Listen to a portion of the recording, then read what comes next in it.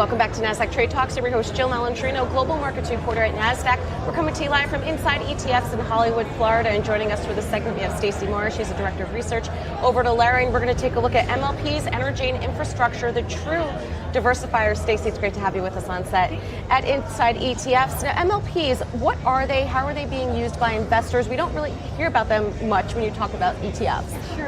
MLPs are master limited partnerships, and it's a special tax structure where the entity doesn't actually pay tax at the company level.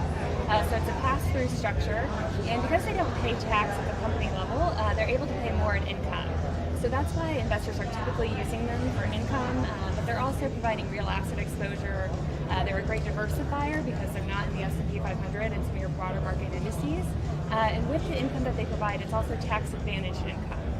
So a significant portion of distributions are usually tax deferred. So it's not only attractive income, but it's also tax-advantaged income. All right, which is great in this relative environment and that search for income and yields, especially low. What are the benefits of accessing MLPs through the ETF wrapper? Sure.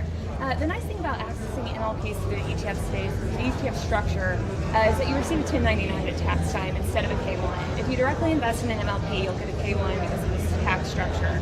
So the 1099 makes it easier, and that's the benefit of the ETF. The other nice thing about the ETF is it maintains those tax advantages of the underlying MLPs. So a significant portion of your income is still tax advantaged. And you're also getting diversified exposure to the space in one product. So you're not levered to one particular producing region of the U.S. or one particular company. You just get that diversified exposure through the ETF structure. All right, now energy has been an underperformer relative to the major averages. Midstream MLPs, though, they have been a bright spot. Yeah, midstream has actually been very defensive relative to the other sectors of energy. If you look last year, oil field service companies were negative for the year. Exploration and production companies were negative for the year. MLPs were positive on a total return basis of about 7%. And if you look at midstream more broadly, so MLPs and midstream C-Corps, it was up over 20% last year. So despite oil volatility and natural gas price weakness, midstream has really been a bright spot in the energy space. And slowing U.S. oil and natural gas production is actually beneficial for the midstream. Why is that? So over the last several years, U.S. energy production has grown tremendously, and the space has really been building out those pipelines, processing facilities to facilitate that growth. Now that you're starting to see production slow down a little bit, MLPs and midstream companies aren't having to spend as much money as they were in the past in terms of investing in new assets. So that really lays the groundwork for lower capital spending and more free cash flow generation.